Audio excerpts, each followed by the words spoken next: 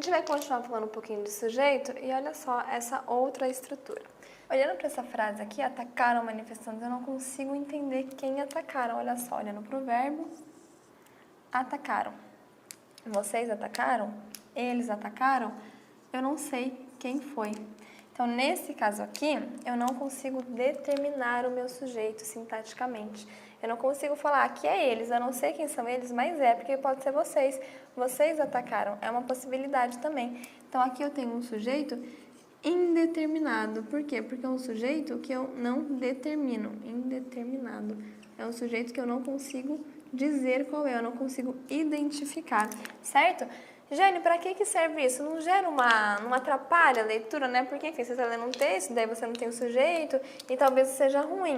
Sim, de fato pode ser ruim, mas isso também é usado como recurso. Então, a gente precisa estudar a língua, não é para saber classificar sujeito determinado. Eu sempre falo, a gente precisa entender aqui, a aula de gramática, a gente dá nomes, mas a gente precisa fazer relações com a aula de redação, com a aula de literatura e interpretação, para a gente compreender para que serve, por que a língua permite que isso exista, né? Não é só a questão do nome. Isso aqui é um recurso, por exemplo, para eu ocultar uma informação que às vezes não é importante. Não é importante não, seria importantíssima, mas é uma informação que não é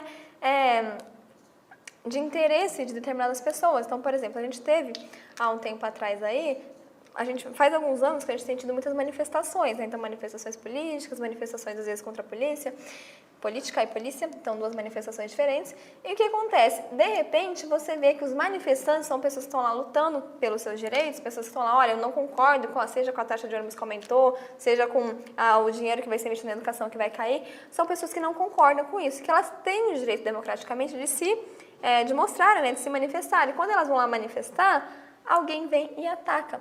E esse alguém não aparece, a gente não sabe quem é. Então, a mídia, quando vai divulgar, algumas mídias específicas, elas não vão falar fulano, né, instituição X atacou os manifestantes, ou fulano atacou, né, já que é um direito se manifestar. O que ela vai falar? Atacaram. Aí a gente vai ler aquilo e falar, mas quem? Não dá pra saber, né, lá é muita gente, às vezes eles mesmos se atacam, né, muita muvuca. Então, quer dizer, a gente vê que a língua, ela tem toda uma conotação política também, né? Não é só uma questão de, o sujeito é indeterminado. Por que esse sujeito, está faltando um A aqui, por que esse sujeito é indeterminado, né? Por que essa foi uma escolha da pessoa? Por que a pessoa não determina? Por que ela não mostra quem está fazendo essa ação? Porque não é interessante, né? Esse foi um exemplo um pouco mais tenso, mas esse foi um exemplo mais leve. E daí, vocês estão fazendo um vestibular, eu suponho, então acho que vocês ainda não moram em repúblicas, não sei.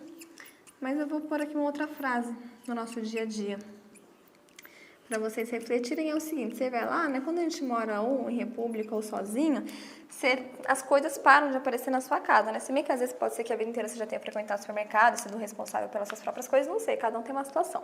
Mas o fato é que morando com alguém, você pode ir lá e combinar, olha, é o seguinte, né? A gente tem as minhas coisas, tem as suas, claro, você pode pegar as minhas, mas a gente sempre vai conversar, né? Porque às vezes eu compro comida e eu chego para comer e não tem comida, então é legal que tem. Então se você quiser comer a minha, depois repõe ou me avisa. Enfim, a gente vai entrar em vários acordos. Aí um dia você tá lá e você comprou um chocolate maravilhoso, você ganhou de presente, sei lá, e você chega em casa e você passa o dia sonhando. Eu tenho esse negócio de passar o dia pensando em alguma coisa que eu quero muito. Aí eu chego em casa, meu Deus, aquele chocolate. Aí você vai pegar, cadê? Sumiu. Aí tem a galera lá sentada, aí você fala assim, gente, alguém viu meu chocolate? Aí você ouve, comeram. Aí você fala, comeram. Como assim? Não sei, comeram. Aí você fica assim, quem comeram? Aí fica aquele jogo de empurro, entendeu? Então, de novo, a gente vem aqui, ó, para indeterminar. Eu não sei quem comer, não sei quem comeu, é alguém, não faz diferença quem.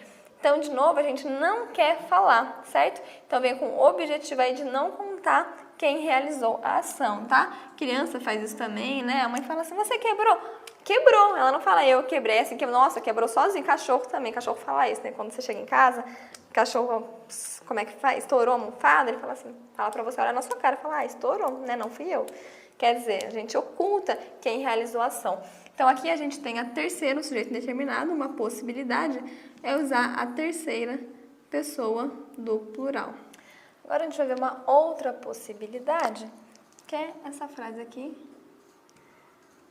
Muito interessante, né? Dorme-se muito. Aí você fala assim, Jane, quem dorme muito? Eu não sei, eu não sou com certeza, mas não sei quem. Alguém dorme-se muito. A gente não sabe de novo quem é, então a gente tem aqui quem é essa pessoa. Não sei, aqui nós temos o verbo. Então, quando eu tenho esta estrutura, qual é essa estrutura? Eu tenho aqui um verbo, de novo, na terceira pessoa, né? Ele dorme, não sei quem é ele, pode ser ela. Terceira pessoa, singular, no caso aqui está no singular, mais a partícula ser. Neste caso, eu tenho uma indeterminação do sujeito, certo? Então, aqui, essa partícula, ao invés de ser chamada de partícula apassivadora, como no caso do sujeito determinado, ela vai ser chamada de índice de indeterminação do sujeito.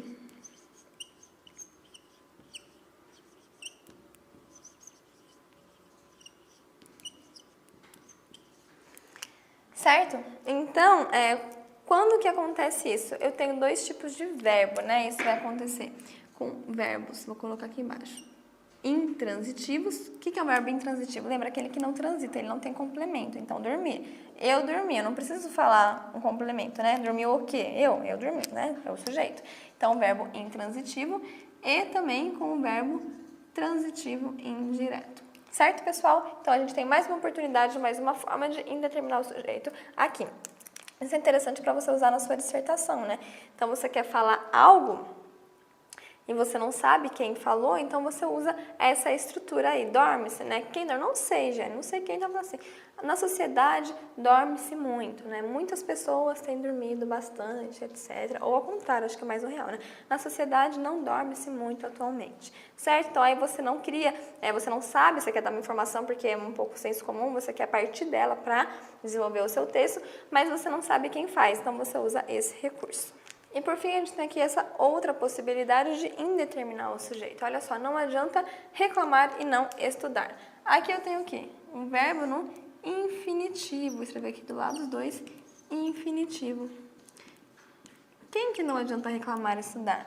Vocês? Eu não sei, né? Aqui eu não tenho uma determinação, não consigo apontar aqui, olha o meu sujeito. Nem implicitamente, né? Nem oculto, como no determinado oculto. Então, não adianta reclamar e não estudar, não sei quem é. Então, aqui eu tenho, de novo, um sujeito indeterminado. No caso, ele é indeterminado pelo uso do infinitivo, que vai ser chamado de infinitivo impessoal, tá bom? Por quê? Porque não tem pessoa. Não sei a quem eu me refiro. Então, essas são as formas que a gente usa. Lembrando novamente, a gente estuda aqui as formas, né? Então, na gramática, o que a gente vê? Forma e nomenclatura, funcionamento. Para que serve isso? A gente vai levar para a vida, para as aulas de redação, na escrita, nas aulas de literatura, na leitura.